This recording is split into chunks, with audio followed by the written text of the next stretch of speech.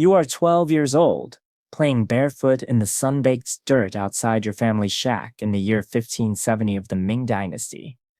A carriage of black lacquer glides to a halt.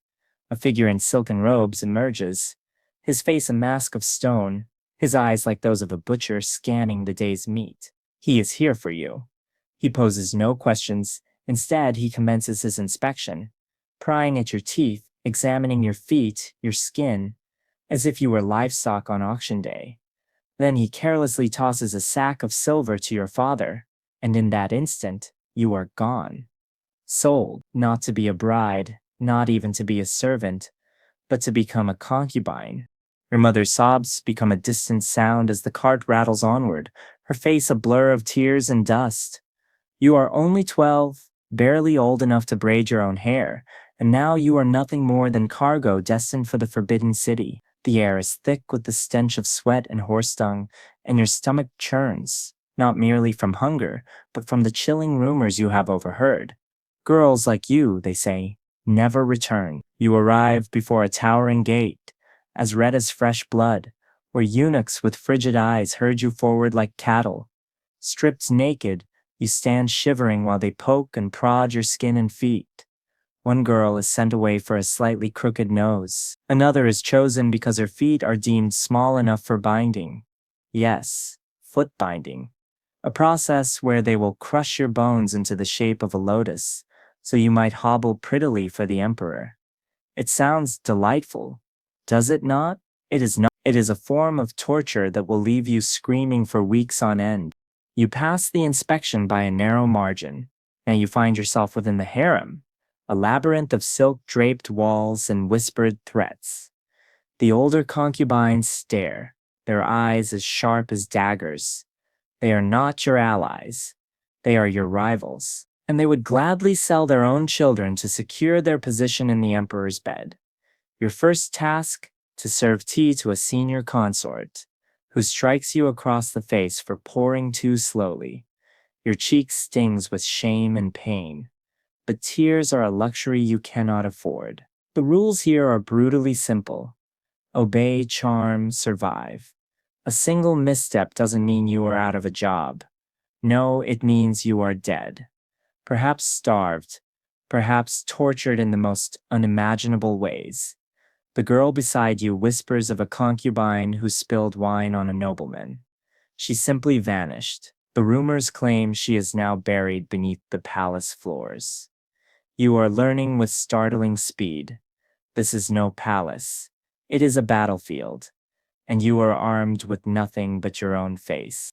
A year has elapsed. You are 13 now, ensnared within the Forbidden City's inner court, a prison veiled in silk. The walls may shimmer with gold, but the air hangs heavy with the scent of jasmine and fear. You limp on your bound feet, each step a searing knife in your bones. Here, beauty is synonymous with pain, and pain is a confirmation that you are still alive. Your days commence before the dawn, scrubbing floors for senior consorts who sneer at you as if you were a cockroach in their rice. Your purpose? To make them look good while remaining utterly invisible. Pour the tea too sluggishly, and a bamboo rod cracks against your knuckles. Spill a single drop, and you are locked in a dark closet without food for a day. Starvation, it seems, is an excellent teacher. The ultimate prize is the emperor's bed, and every girl in this place is playing a lethal game to reach it. You are taught to smile, to bow, and to flutter your fan as if it were a weapon. But the true war is waged in whispers. That girl with the jade hairpin, she spread a rumor that you stole a noble's comb. Now, you find yourself scrubbing latrines while she artfully bats her eyelashes at the emperor. Another concubine, May, slips you a quiet warning. Trust no one. They will drown you in silk to climb higher. She is not mistaken. Just last week, a girl was discovered flirting with the guard. Eunuchs dragged her away, her screams fading into the moat. They say the carp in the pond fed well that night. Your great opportunity arrives when a senior consort selects you to serve at an imperial banquet. You are adorned in silk that costs more than your entire village, but it feels like a leash, not a reward. You pour wine for a nobleman, his leering grin soured by the scent of rice liquor. His hand brushes against your wrist. Your skin crawls, but you dare not flinch. The emperor's mother, her face as impassive as carved stone, observes from her throne. Her gaze is a blade pressed to your throat. One wrong move, a tremor, a spilled drop, a glance held too long, and you will not simply be dismissed. You will be erased. Your hands tremble, the wine sloshing dangerously close to the cup's rim. The nobleman lets out a low, cruel chuckle as beads of sweat form beneath your powdered face. You set the cup down, your fan fluttering to conceal your panic, and take a step back. Silence. The consort gives a slight nod. Not useless, she growls. It is a lifeline in this nest of vipers. Then, a gong sounds. Its resonance as deep as a death knell. The emperor is coming tonight. Your pulse roars like a war drum, drowning out the clatter of the banquet. If he chooses you, bearing him a son could elevate you to the status of a consort. If he does not, you are merely chaff for the next purge, like the hundreds who starved in the last one. You are carried to his chambers on a palanquin, your bound feet useless. The silk curtain swaying around you like a shroud. The doors creak shut, sealing you inside with a man whose whim is absolute law. His shadow looms over you, his eyes glinting like a predator's in the lamplight. You kneel, your heart lodged in your throat. Your carefully rehearsed mariners forgot. His voice is soft, yet it is a blade wrapped in velvet. Please me, he murmurs, or you will wish you had not. You force a smile to your lips, every nerve in your body screaming as he steps closer. Failure is not just shame, it is a one-way journey to the moat. You survive the night, but the cost of it lingers in the tremor of your hands, in the reflection of a stranger that stares back at you from the mirror. By 15, you are a ghost who has memorized the harem's unforgiving code. Charm the emperor, sidestep the daggers of the consorts, and pray you do not meet the fate of the girl who slipped from a balcony last month, her silk scarf fluttering down behind her like a broken wing. Survival is your only art, and you are painting it in blood. You are 16 now, and the Forbidden City's harem has carved you into something sharp, like a blade forged in fear. Your bound feet are a constant ache, your smiles are a carefully constructed mask, and your eyes miss nothing. You have learned to evade the venomous glares of the consorts and to slip past their insidious traps. Yet every day is a tightrope walk over a pit of vipers. The emperor has noticed you once. He spoke your name, and for a fleeting, breathtaking moment, you felt like more than just a ghost draped in silk. Now you are with child, the jackpot. One might think, but that is wrong. A baby is your ticket to the rank of consort, but it is also a target on your back. That girl with the jade hairpin, now a consort herself, spreads a rumor that you attempted to poison her tea. You are innocent, but truth is a luxury that no one here can afford. You are hauled before the emperor's mother, her face as cold and unforgiving as a tombstone. Prove your loyalty, she hisses, or join the ghosts beneath the palace.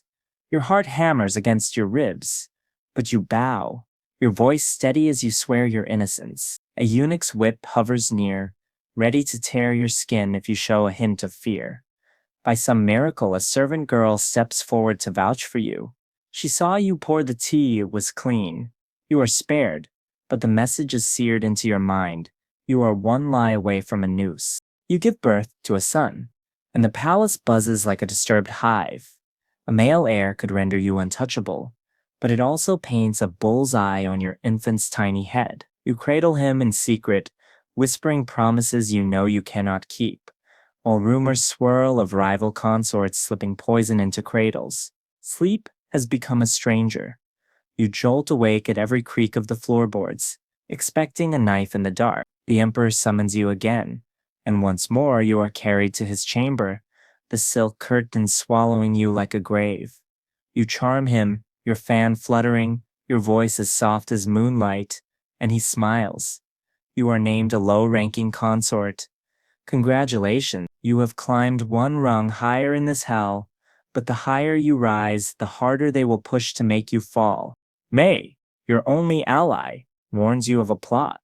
The Jade Hairpin consort has bribed a eunuch to frame you for treason. Treason means execution, not just for you, but for your son as well. You act swiftly, slipping a golden hairpin to a loyal maid who successfully exposes the conspiracy. The Jade Hairpin girl is dragged away, her screams echoing through the palace corridors. You have won this round, but at what cost? Your hands shake as you hold your son, knowing that every victory only creates more enemies. By 18, you are a survivor, a chess piece who has mastered the board. But the game is never ending. A new girl arrives, younger, more beautiful, her eyes hungry for the position you hold. The Emperor's gaze begins to shift. Your son is your only shield, but even that might not be enough. When a plague sweeps through the palace, you hear whispers of another purge. Too many concubines, not enough rice. The last time, hundreds starved. You clutch your son tighter, praying you will not be next. Survival is your crown, but it is forged in blood, and it is far heavier than you ever imagined. You are 22. Your son is now a toddling target in a palace that chews up hope and spits out bones. You have dodged knives, both of steel and of whispered words, but the air is heavier now, thick with plague and panic. The Emperor is sick, the court is in disarray, and whispers of a purge slither through the silk curtains. Your name is on a list. You feel it in your gut. Then, it happens. A rival consort, that viper with the pearl earrings, accuses you of cursing the Emperor's health. Witchcraft. The words are a death sentence. You are dragged into a stone courtyard, the moonlight glinting off the executioner's blade. Your son's screams echo from the nursery as you are forced to your knees, your bound feet throbbing like a second desperate heartbeat. The Emperor's mother looms over you, her voice like ice. Confess, or your boy joins you in the dirt. Your throat is as dry as ash, but you spit out a denial, praying your loyal maid can somehow intervene. The blade hovers, the cold air kissing your neck. Then, a shout. Your maid bursts in, clutching a stolen letter that proves the pearl-earring consort's lie. She had bribed a eunuch to plant cursed herbs in your room, framing you. The Emperor's mother pauses, her eyes narrowing. The blade falls, but not on you. It falls on your accuser. Her screams are cut short, her blood pooling on the stones like spilled ink. You are spared, but your son is still not safe. You smuggle him out of the palace to a distant cousin, a perilous move that could cost you everything. The plague worsens, and you begin to cough, your lungs burning as if filled with embers. The palace doctors do not waste their time on concubines.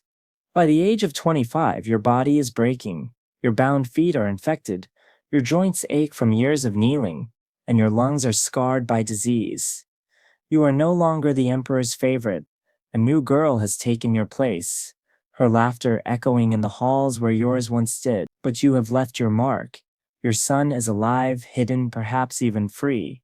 You have trained younger girls, teaching them how to survive the harem's claws, passing on your hard-won wisdom as you lie on a threadbare mat. A fever consuming you, the palace roars on around you, a world of rustling silk and sharpening knives. You were never just a concubine. You were a spark in a dynasty's flame, a shadow that outwitted death until it finally came knocking at your door. Your last breath escapes you, but your son carries your fight forward, a flicker of hope in a world that tried relentlessly to crush you. Their stories should not be forgotten. If you were moved by these souls who fought to survive in the margins, please subscribe and join us in listening to the echoes from the shadows of history.